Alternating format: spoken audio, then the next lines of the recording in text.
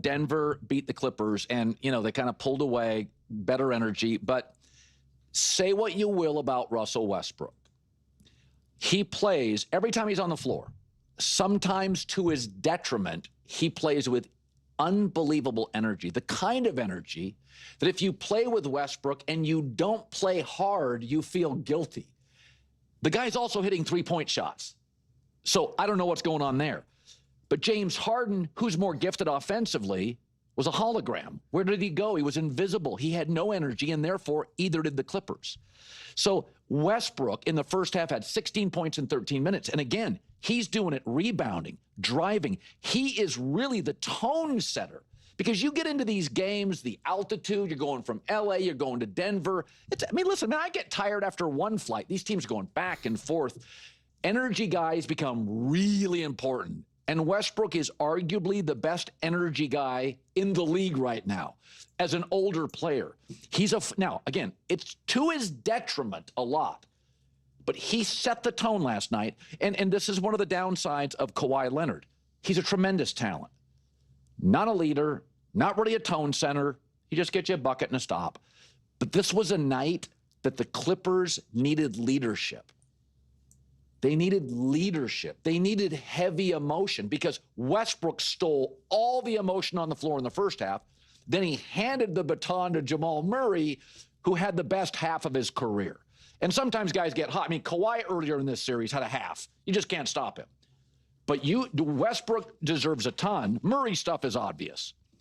But it was a great example of why we don't trust the Clippers. Harden just not engaged.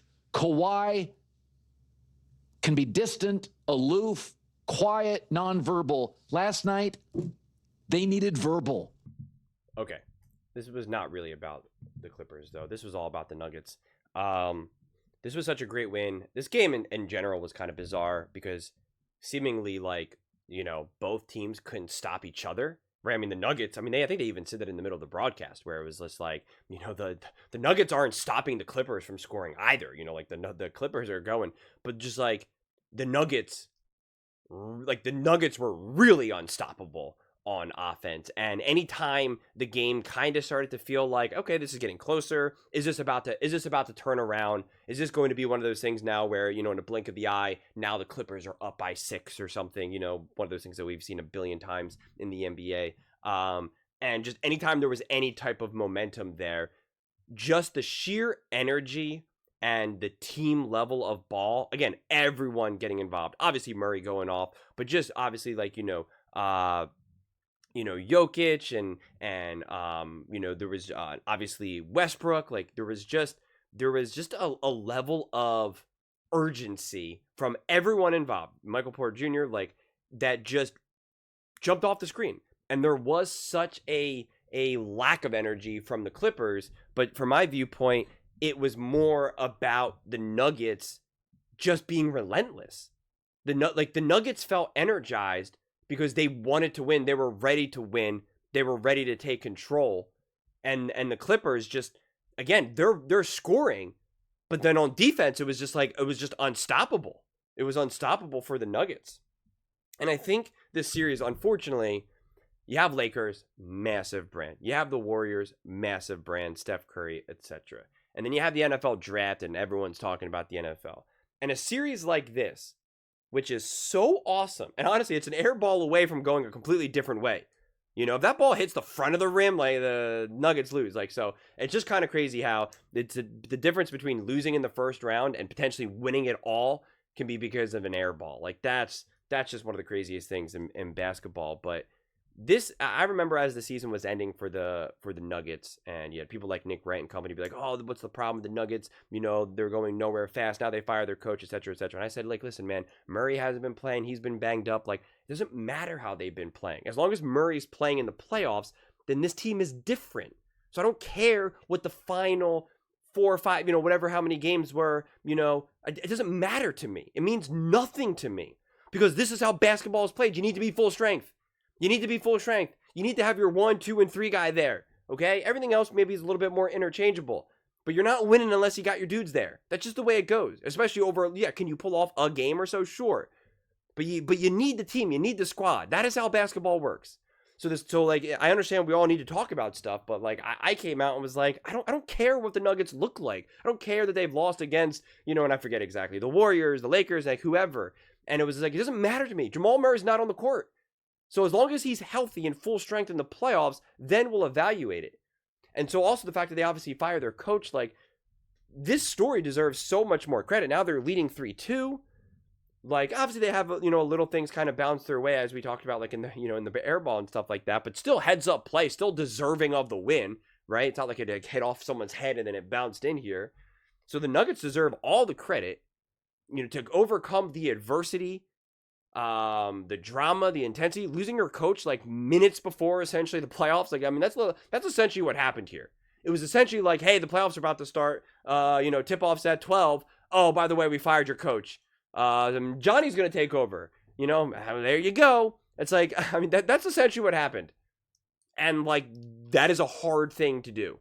That is a hard thing to do. Now they're up 3-2. Pretty exciting. Jamal Murray's obviously going off.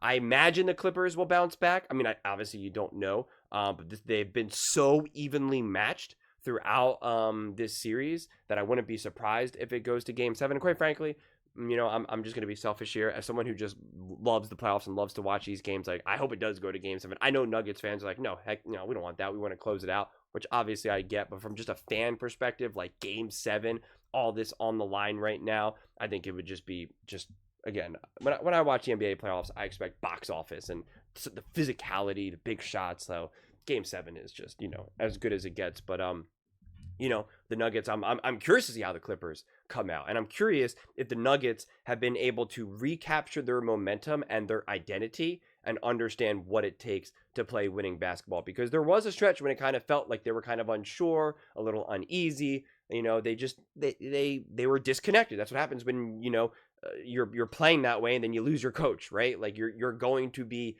disconnected. And this game was just like the definition of a get right game, and it couldn't have come better, couldn't have come better at a better time. And so, I think it's going to be really, really telling to see what Game 6 looks like.